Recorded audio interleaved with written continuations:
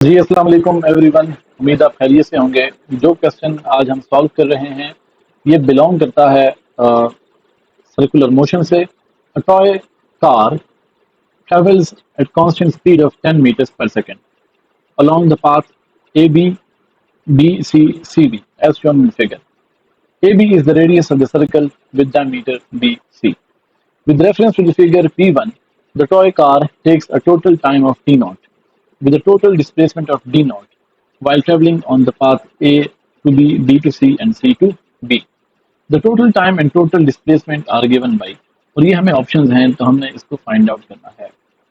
तो देखिए, सबसे पहले जो हम ये क्वेश्चन सॉल्व करेंगे तो हमें रिक्वायर क्या है, हमें ज़रूरत है टोटल डिस्टेंस की। डिस्प्लेसमेंट भी हम निकालेंगे, लेकिन टाइम निकालने के लिए हमें बेसिकली ज़रूरत है पहले टोटल डिस्टेंस की।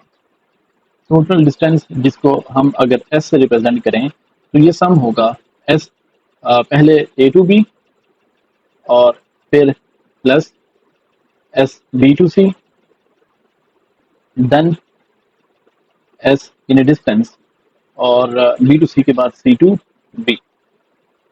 तो हमें पता है कि ये जो डिस्टेंस है एस, इसमें ए से बी तक कितना, जिस तरह हम जानते हैं कि ए से बी तक डिस्टेंस ये है हमारे पास ए से बी तक। तो डिस्टेंस जो ए से बी तक है ये बराबर किस चीज़ के है, distance from A to B, ये बराबर है रेडियस के, यानी 10 मीटर्स के। तो ये हम 10 मीटर लिख लेंगे। दूसरी बात जो है कि डिस्टेंस बी टू सी जो है, डिस्टेंस फ्रॉम बी टू सी जो है वो किस चीज़ के बराबर है। अगर आप देखें क्वेश्चन में क्लियरली बताया गया है कि बॉडी बी से जो सी तक गई है वो इस सरकमफ्रेंस वाले पाथ पे गई है इस तरह से। तो ये हाफ ऑफ द सरकमफ्रेंस के बराबर है, यानी पाई आर के। क्योंकि हाफ सर्कल डिस्क्राइब हुआ है तो पाई आर के बराबर है, और आर हमारे पास 10 मीटर है तो ये 10 पाई हो जाएगा। ओके, इसी तरह distance from C to B जो है, अब बॉडी जब जाएगी सी से बी की तरफ तो जिस तरह एरो दिखाया गया है ये भी हाफ ऑफ द सरकमफ्रेंस बन जाएगा, और ये डिस्टेंस भी हमारे पास यानी हाफ ऑफ द सरकमफ्रेंस होने की वजह से ये भी हमारे पास आ जाएगा पाई आर। यानी आप कह सकते हैं कि ये आ जाएगा हमारे पास 10 पाई। अब ये वैल्यूज हम इधर पुट करते हैं। ए टू बी हम लिखते हैं 10 प्लस बी टू सी हम लिखते हैं 10 पाई, और सी टू बी हम लिखते हैं वो भी 10 पाई।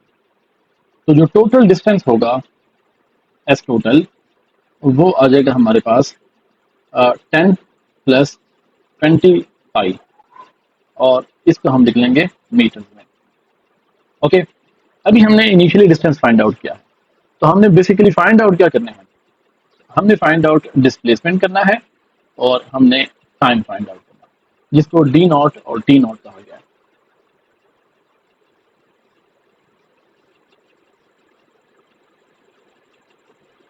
जी सो हमें अगर मालूम करना है to find T naught, T naught मालूम करने के लिए हमें क्या करना पड़ेगा, एज टी किस चीज़ के बराबर है, T is equal to S over V, यानी डिस्टेंस।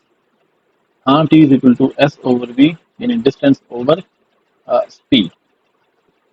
हम इधर डिस्प्लेसमेंट दे लेते, लेकिन असल में जो क्वेश्चन में हमें गिवन है वो स्पीड गिवन है, इसलिए हमने स्पीड वाला फार्मूला यूज करना है, हमने डिस्प्लेसमेंट ओवर टाइम वाला फार्मूला यूज नहीं करना। यही वजह है कि हमें पहले फाइंड आउट करना पड़ा डिस्टेंस को। तो डिस्टेंस हमारे पास आया था 10 प्लस 20 पाई।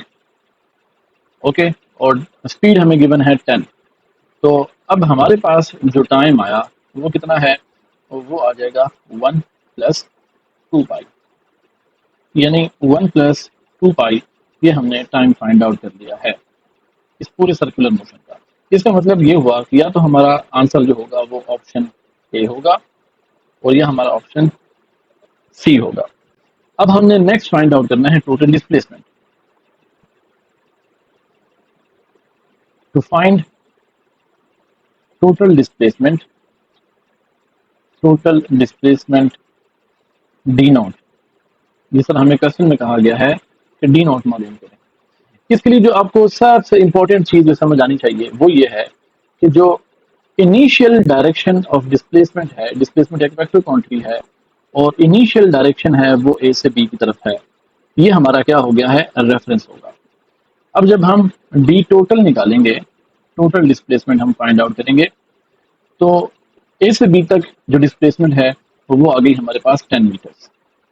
जो बी से सी तक है, यानी बी से सी तक, तो जो बी से सी तक डिस्प्लेसमेंट है ये हम चूंकि इनिशियल डायरेक्शन के ऑपोजिट है तो इसको हम -20 लेंगे, तो 10 के साथ हम ऐड करेंगे -20 को, फिर प्लस, अब आखिर में सी से बी तक, सी से बी तक जो है वो क्या है, इनिशियल डिस्प्लेसमेंट की डायरेक्शन में है, तो हम इसको +20 लेंगे, तो हम इसमें ऐड करेंगे +20।